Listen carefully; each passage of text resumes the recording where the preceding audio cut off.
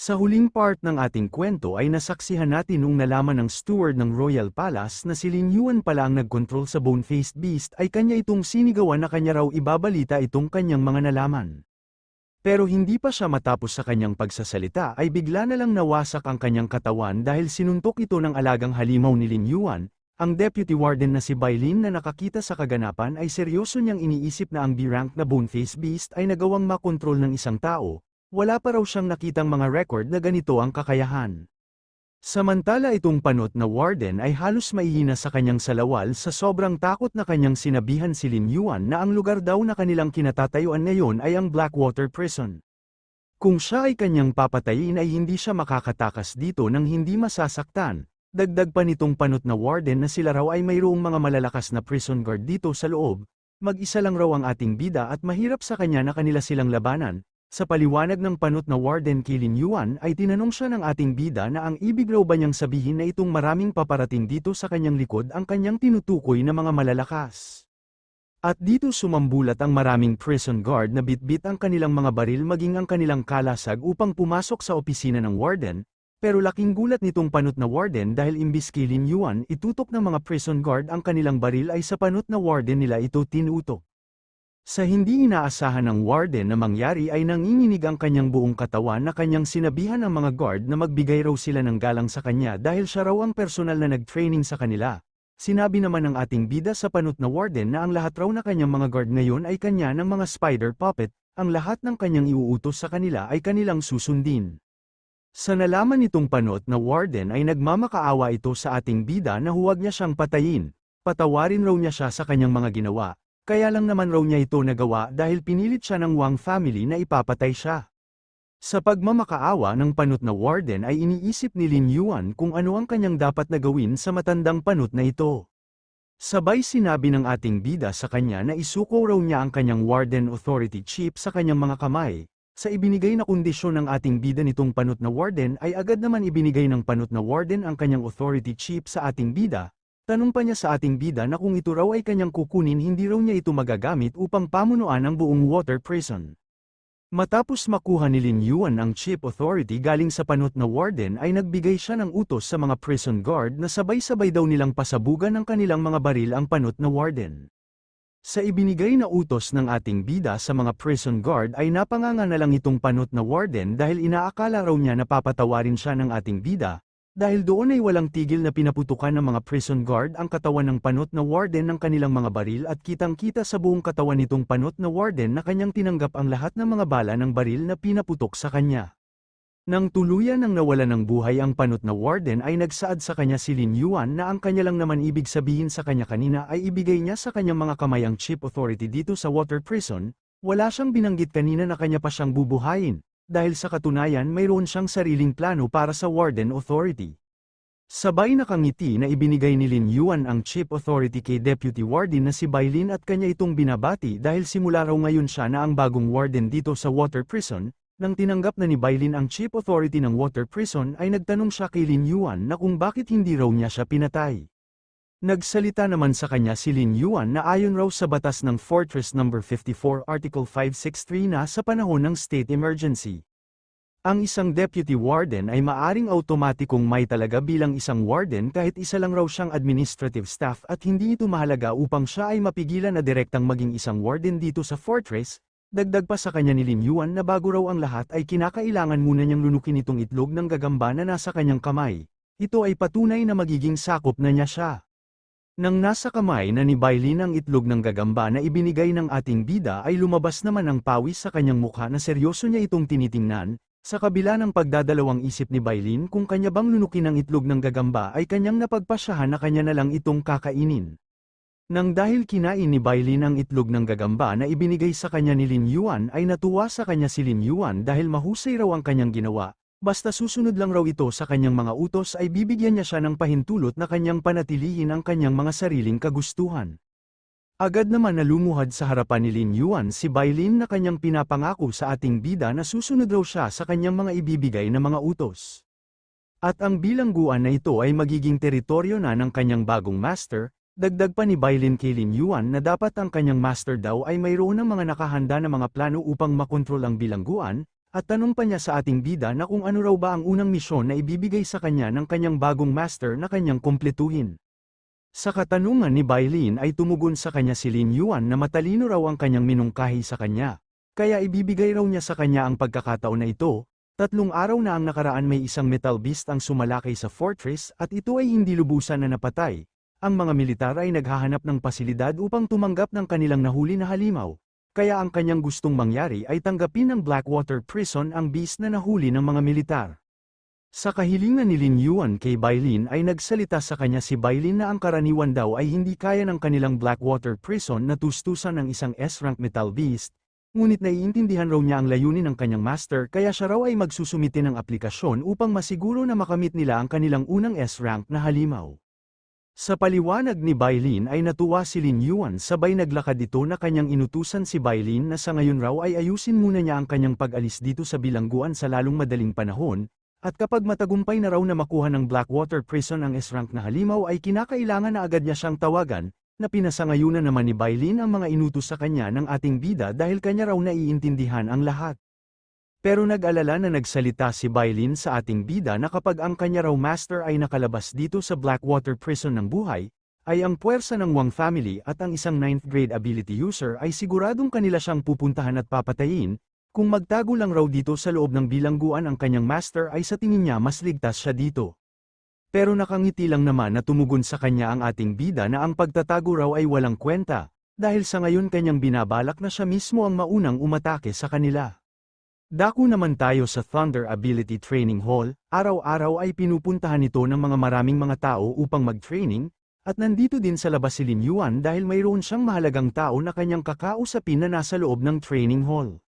Nang pumasok na si Lin Yuan sa loob ng training hall ay nakilala naman siya ng mga tao sa loob. Sinabi pa ng ilang mga lalaki na ang lalaki raw na bagong pumasok dito ay talagang dumiretso dito sa dojo matapos makalabas galing sa loob ng bilangguan, at hindi ba niya narinig na ang kanyang kapatid ay ikakasal sa ghost wedding, imbis na umuwi siya doon sa kanilang bahay, ay pumunta pa siya dito upang magtago, isa raw talaga siyang duwag. Hinala pa nitong isang lalaki na pumunta dito ang ating bida upang humingi ng tulong sa kanilang headmaster.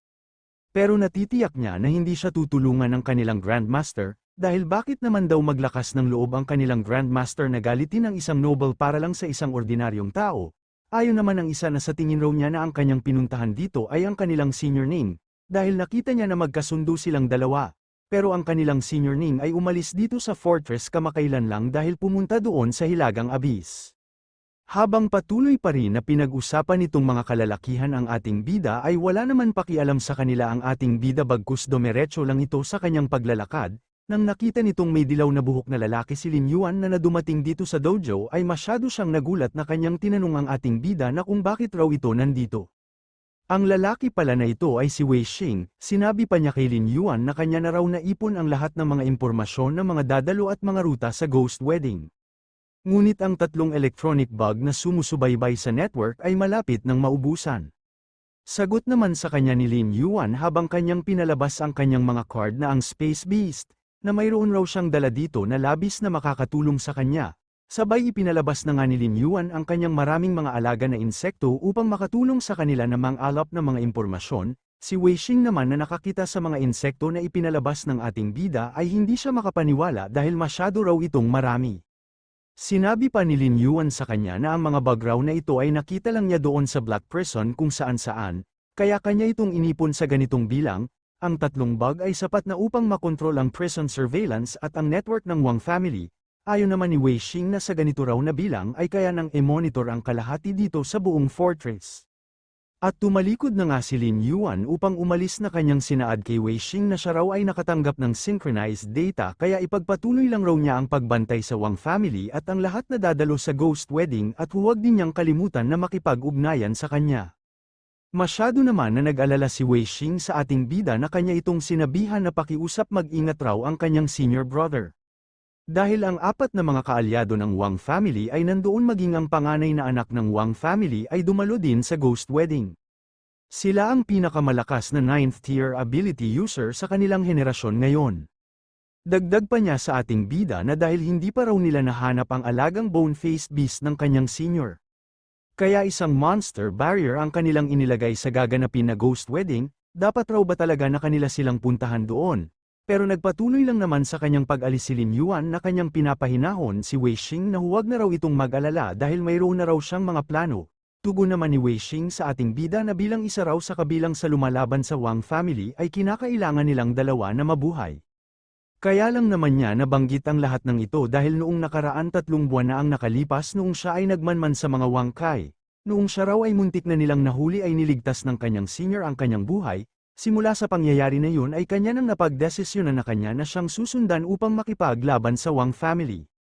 Sabi naman sa kanya ni Lin Yuan na kaya lang naman raw niya siya niligtas sa panahon na yun dahil iisa lang silang dalawa ng layunin, at hindi din daw niya inaasahan na ang isang pervert na kumukuha ng mga larawan ng magagandang babae sa kanilang campus ay maghihiganti dahil sa pinaggagawa ng mga kabilang sa Wang family na kanilang tinatapon ang mga tao na kanilang natipuhan sa butas ng abyss. Sa kabilang banda naman makikita dito ang isang armored truck na mabilis na tumatakbo upang dumalo sa gaganapin na ghost wedding. At nagtanong ang driver sa konsehal na magiging officiant raw ba talaga ito doon sa ghost wedding. At maari ba talaga na magpakasal sa isang patay ang isang nabubuhay?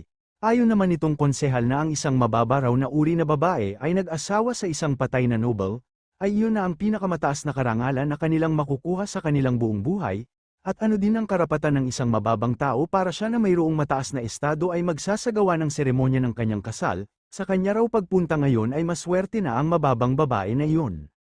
Sambit naman itong driver na kanya din daw narinig na ang huling hakbang sa isang ghost wedding ay pinapatay ang babae na kinakasal, na agad naman na pinasangayunan nitong konsehal habang hawak-hawak niya ang kanyang punyal, paliwanag pa niya na siya raw mismo ang papatay sa babae upang ang babae na yun ay bumalik sa mundo ng mga patay magpakailanman at siya ay magsisilbi sa pangalawang anak ng Wang family. Nag-alala naman na tinanong ng driver ang konsehal na ang bone-faced beast daw na pumatay sa pangalawang anak ng Wang family ay hindi pa nila natatagpuan. Hindi ba kaya mapanganib na dumalo pa sila doon? Pinahinahon lang naman ng konsehal ang kanyang driver, dahil itong kanila raw armored truck ay makakayanan ng mga atake na katumbas ng isang antas ng tangke. Kahit na dumating pa daw dito ang bone-faced beast ay hindi niya magagawa na kanyang masira itong kanilang sinasakyan na armored truck. Ngunit sa hindi inaasahan biglang napatigil sa kanyang pagmamaneho ang driver dahil bigla na lang lumitaw sa kanilang harapan ang ngayon pa lang nila na pinag-usapan na ang bone-faced beast na alaga ng ating bida, na kanyang pinipigilan ang armored truck na makadaan sa kalsada, sabay sumisigaw ito ng malakas na gusto niyang wasakin ang armored truck na kanyang pinipigilan. Sa nangyari ay hindi makapaniwala itong dalawa dahil talagang lumitaw dito ang bone-faced beast kung saan sila naroroon. Kahit nababahala ay pinahinahon ng konsehal ang kanyang driver dahil itong kanila raw Black Dust Hydraulic Armor ay mayroong kakayahan na makatiis sa atake ng isang halimaw kahit nasa buong lakas na ito. Ang pinsala na may dudulot nitong halimaw ay limitado lang laban sa kanilang depensa, kaya ipagpatuloy lang niya ang kanyang pagmaneho at kanyang ilagan ang halimaw. Ngunit mas lalo silang nagulantang dahil lumitaw pa ang dalawa na halimaw na alaga ng ating bida kaya hindi na sila makakatakas. Lumabas naman ang maraming pawis sa mukha nitong konsehal dahil ang ibinigay raw sa kanila na impormasyon ay mag-isa lang itong bone-faced beast ngunit taliwas pala ito sa inaasahan. Samantala makikita naman ang imahe ng ating bida na pinapanood sila sa itaas ng bundok. Sabay mahinahon niyang inutusan ang kanyang mga alaga na kanila raw wasakin ang armored truck. Sa ibinigay na utos ng ating bida sa kanyang mga alaga ay agad naman naghanda itong bone-faced beast ng kanyang malakas na suntok upang suntukin itong armored truck. At dito binigyan ng maraming suntok ng alaga ng ating bida ang armored truck na sinasakyan ng konsehal, hindi lang doon dahil ibinalibag pa ng mga alaga ng ating bida ang matigas na armored truck ng konsehal, sa sobrang daming pinakawalan ng mga atake ng mga alaga ng ating bida ay hindi na kinaya ng armored truck ang mga atake dahil tuluyan na itong nawasak. Matapos mawasak ang armored truck na sinasakyan nitong konsehal ay agad naman itong kinuha ng alaga na halimaw ng ating bida galing sa loob ng armored truck, nang dahan-dahan ang iminulat ng konsehal ang kanyang mga mata ay nakita niya ang ating bida na papalapit sa kanya kasama ang kanyang mga alaga, humihingi naman ng tulong itong konsehal sa ating bida na iligtas raw niya ang kanyang buhay, kapag magawa raw niya siyang iligtas ay bibigyan niya siya ng malaking gantimpala.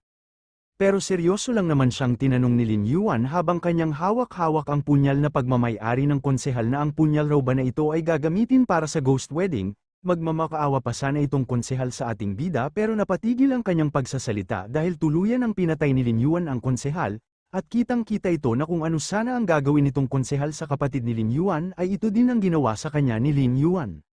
Matapos doon ay tuluyan na nga na bumulagta ang walang buhay na katawan nitong konsehal sa harapan ng ating bida. Sabay pinalabas ni Lin Yuan ang kanyang card na kanyang sinabihan ang kanyang shadow na siya na naman daw ang magtrabaho. Nang tuluyan ng nakalabas ang isa pang alaga na halimaw ni Lin Yuan ay dahan-dahan naman niyang nilapitan ang katawan nitong konsehal na walang buhay. At nang ito ay papalapit na sa katawan ng walang buhay na konsehal ay ginamit naman itong alagang halimaw ni Lin Yuan ang shadow snatching technique. Nang natapos na sa ginagawa itong alaga ng ating bida ay dahan-dahan naman itong tumayo, sabay lumapit siya sa ating bida upang kanyang baguhin ang anyo ni Lin Yuan sa anyo ng konsehal. Iniisip naman ni Lin Yuan na ang kakayahan raw ng pag-disguise ay tatagal lang sa 2 oras, nandito raw siya upang tuparin ang kasunduan doon sa ghost marriage. Makalipas ang ilang oras ay ipinakita sa eksena ang Narcissus Noble Cemetery. Maririnig dito ang mga dumalo na nag-uusap na kanila raw narinig na masyado raw maganda ang ikakasal sa ghost marriage. Pero ang iba naman ay nagsasabi na kahit gaano pa raw kaganda ang ikakasal isa pa rin siyang alay sa libingan dito sa loob ng fortress. Ang mga ordinaryong tao ay walang saysay sa harap ng mga makapangyarihan. Sinabi naman nitong isang lalaki na dumalo na kanya raw narinig sa mga chismis na ang pumatay sa pangalawang anak ng maharlikang pamilya ay malaya pa rin na gumagala. Ayon naman ang isang lalaki na kanyang kasama na huwag raw itong mag-alala dahil ang royal family ay nag-hired ng mga malalakas na mga 9th rank sa mga younger generation, at naghanda sila ng bitag na walang takas, kapag ang tunay na may sala ay nagpakita, ay sigurado na hindi na siya makakatakas.